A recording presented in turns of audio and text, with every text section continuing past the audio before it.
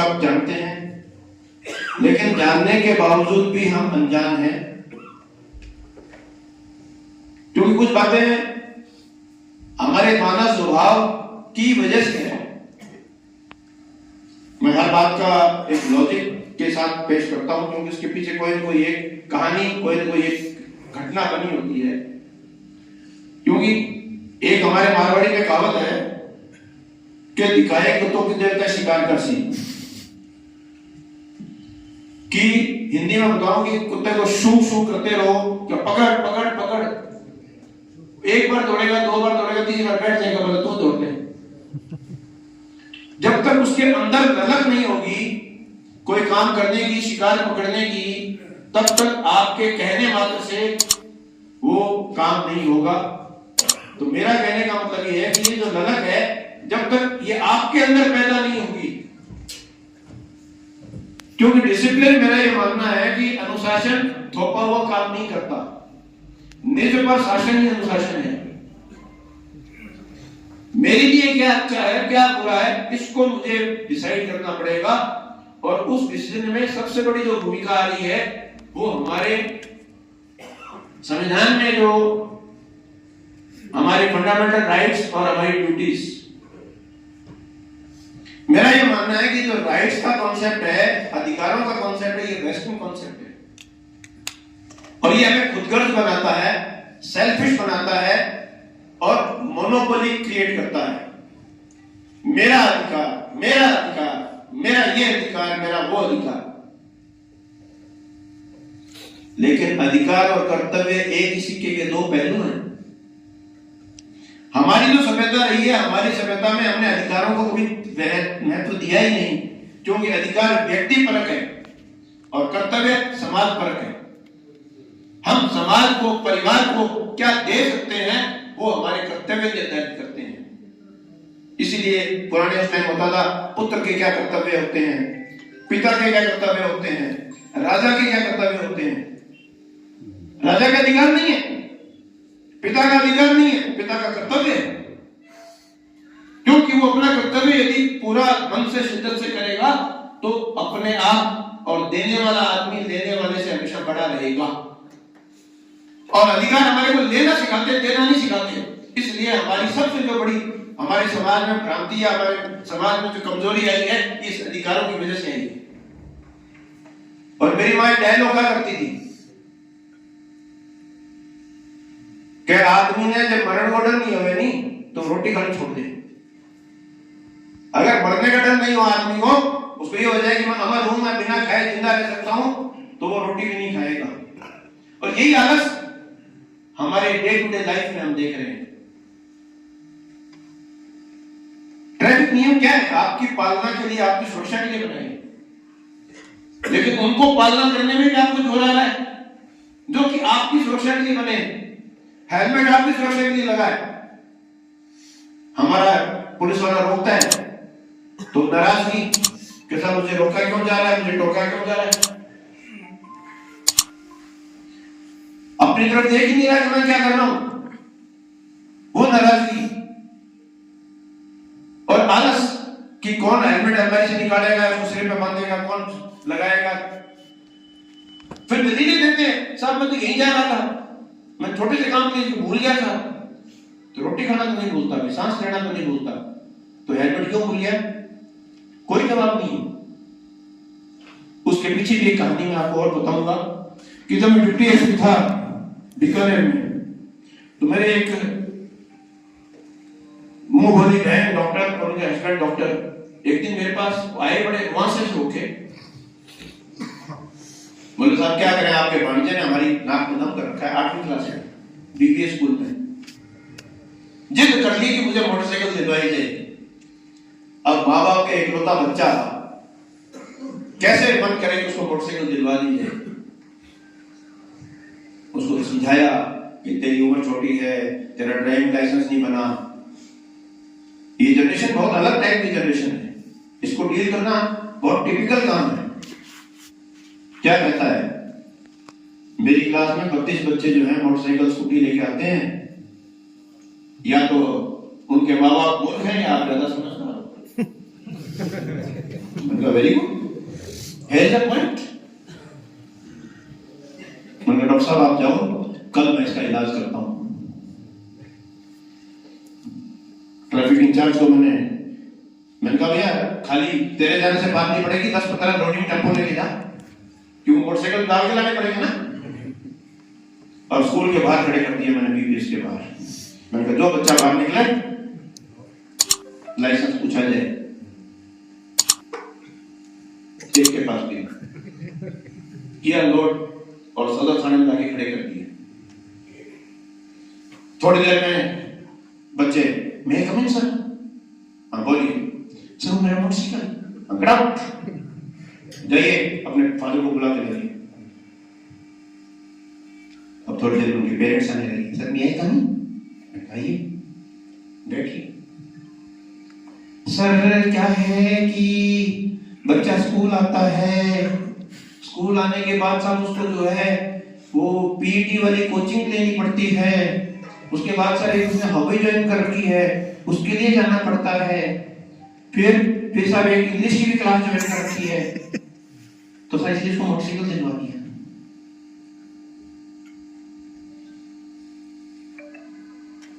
मेरा सवाल था कि सर वो क्या है, मैं तो सर वहां बिजी रहता हूँ, मैं वहां बिजी रहता हूँ, मेरे को टाइम नहीं मिलता। Valid point. तो मैंने कहा एक चीज बताइए, जब आपको टाइम नहीं था फिर आपने बच्चा पैदा क्यों किया? तो यह जवाब आपके पास, किसने आपको पीले चावल दिए थे कि नहीं साहब आपके पास टाइम नहीं था बच्चा पैदा करो? हिंदी में एक वर्ड है परवरिश, कौन करेगा? पुलिस वाले? कि तुम्हारा बच्चा मोटरसाइकिल लेकर रोता फिरे, उसके पीछे पीछे डोलते फिरे। Parenting is a 20-year business affair responsibility. ये जवाबदारी है। आप अपने बच्चे को अगर अच्छी परवरिश नहीं दे सकते तो फिर इससे ज्यादा तो आपसे क्या उम्मीद की जा सकती है? क्या आप अपनी ड्यूटी निभा रहे हैं, अपनी रिस्पॉन्सिबिलिटी पूरी कर रहे हैं? ये मेरा पेरेंट्स से क्वेश्चन है।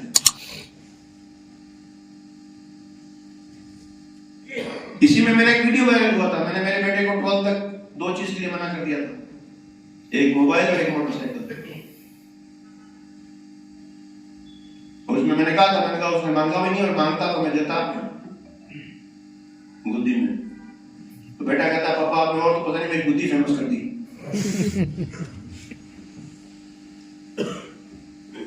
क्योंकि मेरे बेटे को स्कूल छोड़ना करना मेरी जवाबदारी है।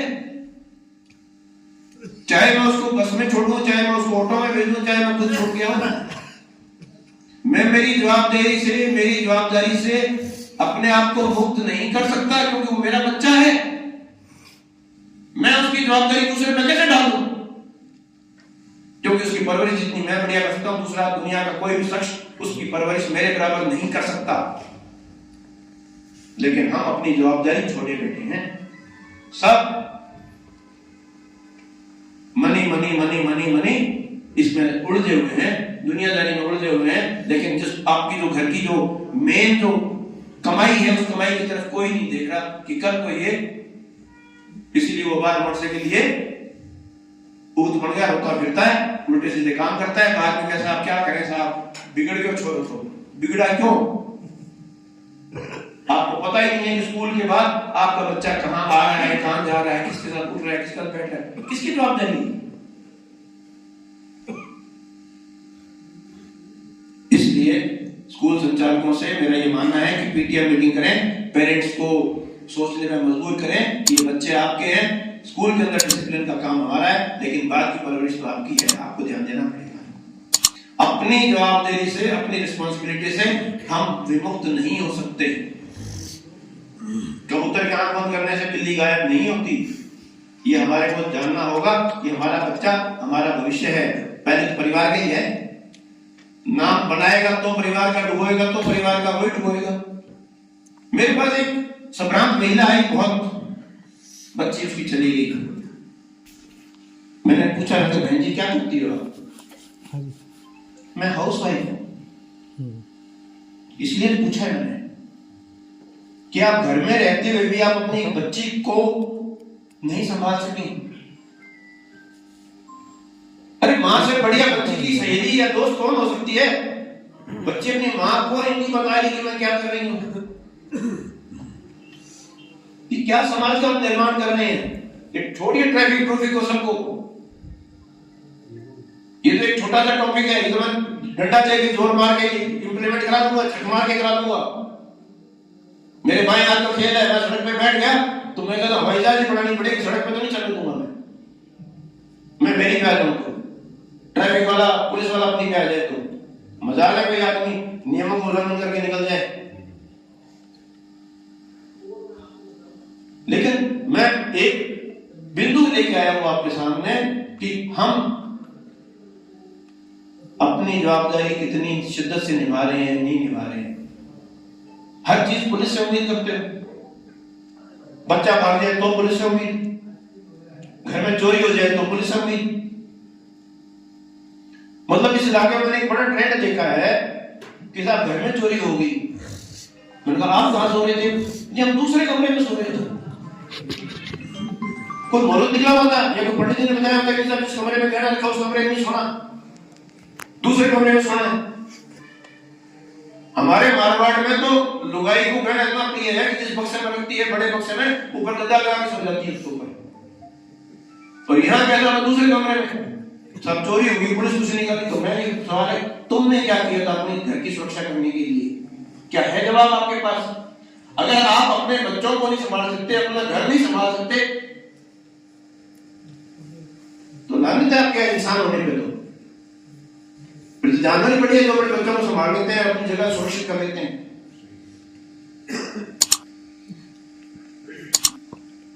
जागिए, हर चीज दूसरे पर छोड़नी, उम्मीद करनी बंद कर दीजिए। ये समाज है, समाज में कम्युनिटी सर्विस क्यों लाए हम? कम्युनिटी सर्विस होती थी एक दूसरे की सपोर्ट देने के लिए, लेकिन यहाँ भाई को भाई देख के राजी नहीं है, पड़ोसी पड़ोसी को देख के राजी नहीं है।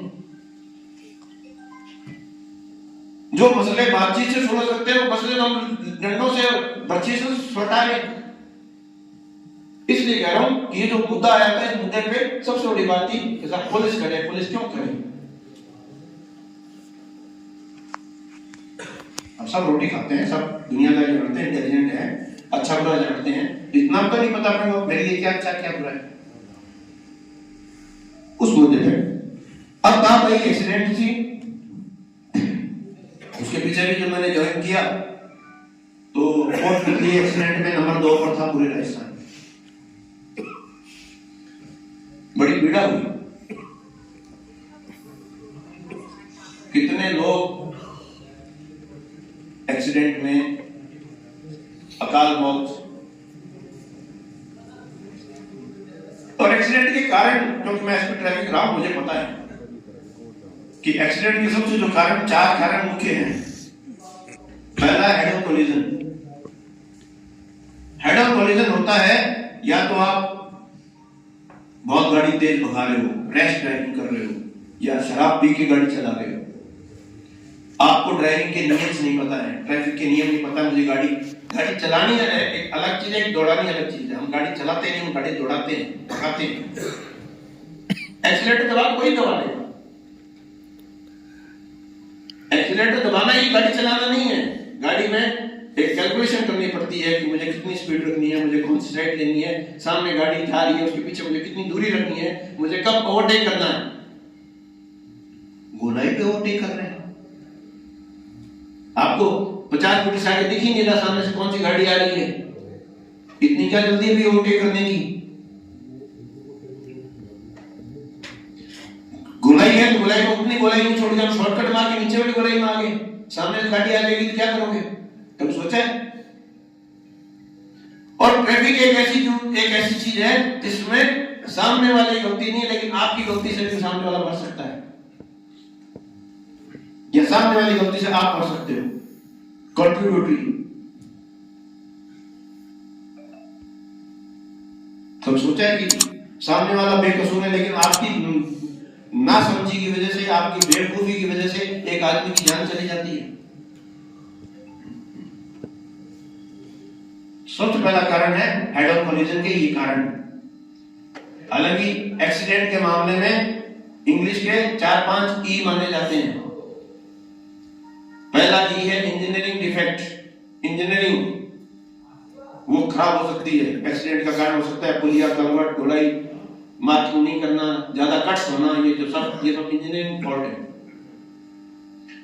दूसरा बहुत इंपॉर्टेंट रोल है जिस पे कभी फोकस नहीं किया गया, वो है एजुकेशन। आपको एजुकेट किया जाए, आपको इस बारे में बताया जाए कि क्या एक्सीडेंट्स कैसे होते हैं, क्यों होते हैं, किस लिए होते हैं, हमें क्या करना चाहिए। अभी तक स्कूलों में यही बताया नहीं है मुझे चलना किस तरह में, लेफ्ट में चलना है कि राइट में चलना है।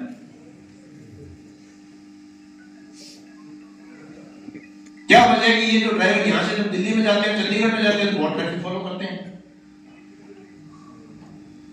वहां तो सारे कट बंद है। वहां अगर आप एक गोलाई चूक जाओ तो 5 किलोमीटर 10 किलोमीटर की गोलाई पड़ती है। वहां तो कोई नहीं बोलता था मुझे इतना लंबा घूम के आना पड़ रहा है। तो यहां क्यों बोलते हो? क्योंकि खुदगर्जी कि मुझे तकलीफ नहीं हो, मुझे तकलीफ नहीं हो, बाकी दुनिया जाए भाड़ में। हम इतने खुदगर्ज हैं। अगर अभी तक आपने चैनल को सब्सक्राइब नहीं किया है तो चैनल को लाइक, शेयर व सब्सक्राइब अवश्य करें। जिले की तमाम छोटी बड़ी खबरों को जानने के लिए बने रहे वॉइस ऑफ कोटपुतली के साथ। बालाजी फिनसर्व, जहां मिलती है आपको वाहन बीमा, स्वास्थ्य बीमा, म्यूचुअल फंड, जीवन बीमा, फाइनेंस, साधारण बीमे की सभी सुविधाएं। कार्यालय बानसूर महाविद्यालय के पास, बाईपास रोड, बानसूर। मुख्य कार्यालय लालकोठी, कोटपुतली। अधिक जानकारी के लिए संपर्क करें 8302367656।